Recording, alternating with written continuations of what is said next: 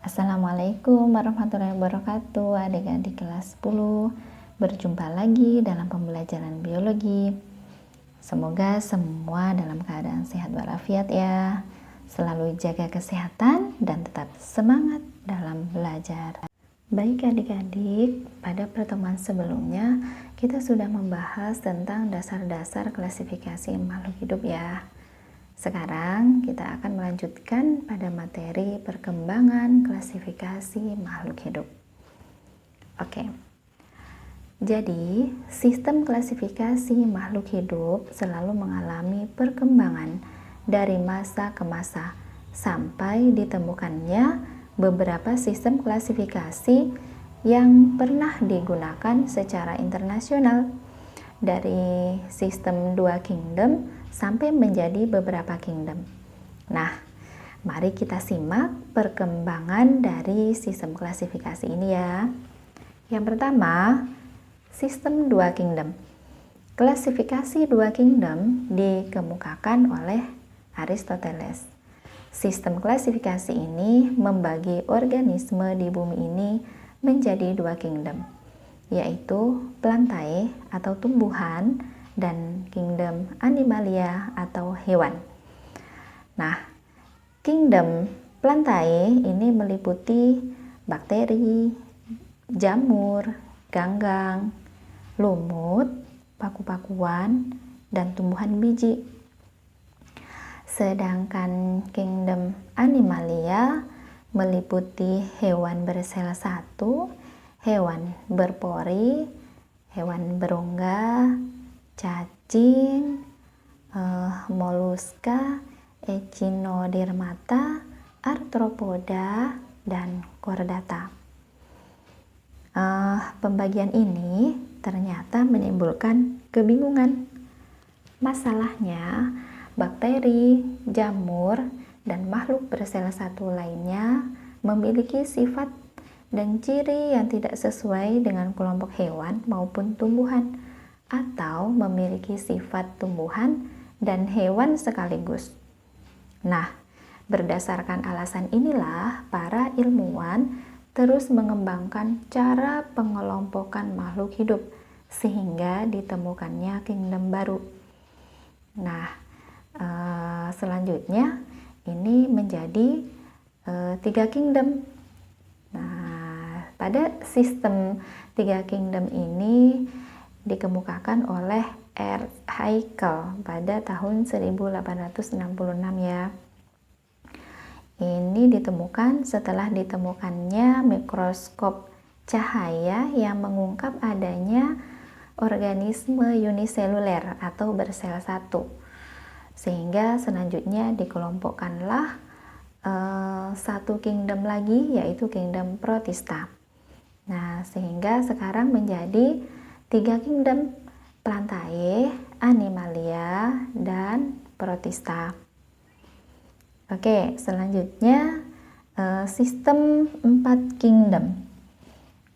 Sistem 4 kingdom ini dikemukakan oleh Herbert Copeland. Nah, ini dikemukakan sejak ditemukannya mikroskop elektron untuk mengungkap struktur ultramikroskopik dari sel. Misalnya adanya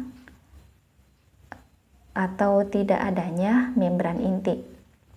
Jadi organisme yang tidak memiliki membran inti itu disebut dengan prokariota, sedangkan organisme yang memiliki membran inti itu disebut dengan eukariota.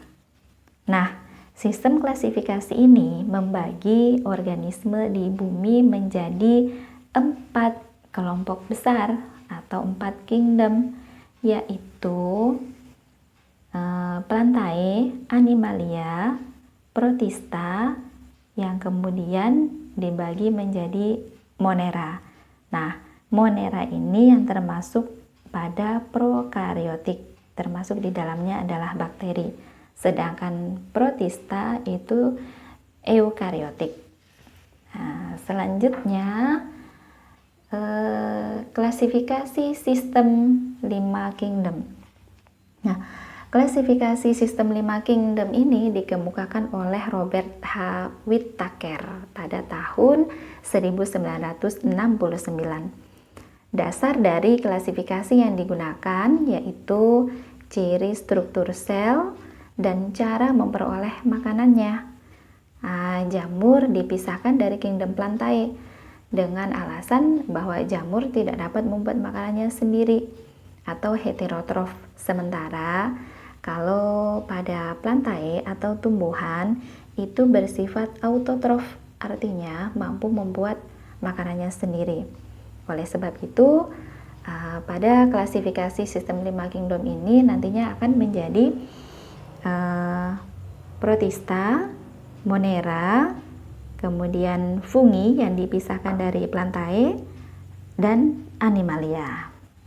Oke, selanjutnya sistem 6 kingdom.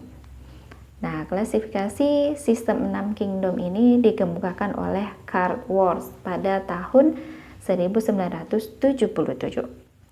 Setelah ia menemukan adanya perbedaan pada kelompok prokariota, tadi prokariota itu yang tidak memiliki membran inti sel ya, berdasarkan perbandingan RNA ribosom dan urutan lengkap genom pada spesies bakteri yang masih hidup.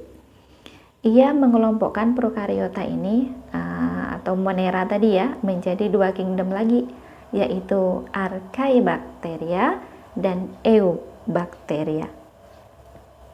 Itu.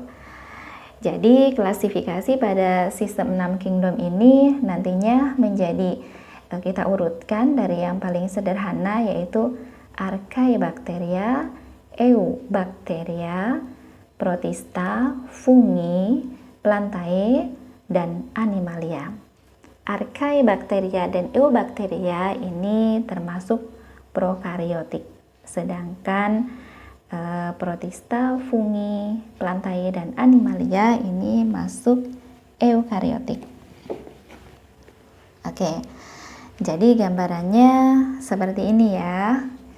Ini gambarnya untuk yang nomor 1 ini adalah Plantae, kemudian nomor 2-nya ini Animalia, selanjutnya 3 fungi, 4 Protista. Nah, Protista ini yang nantinya ada Protista mirip fungi, Protista mirip Animalia, Protista mirip Plantae.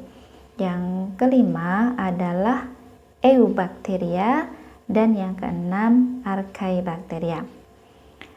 Atau dalam gambar pohon filogenetik ya yang sempat kita bahas pada pertemuan sebelumnya. Jadi ini nomor 1-nya Plantae, kemudian nomor 2-nya Animalia, kemudian yang ketiga adalah fungi, dan keempat ini Protista, selanjutnya yang kelima Eubacteria masuk di bagian sini, dan yang keenam Archaebacteria.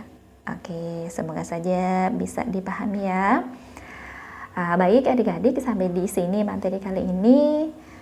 Semoga bisa membantu adik-adik dalam memahami materi tentang perkembangan klasifikasi makhluk hidup. Sampai berjumpa pada materi selanjutnya adik-adik. Salam sehat dan semangat. Wassalamualaikum warahmatullahi wabarakatuh.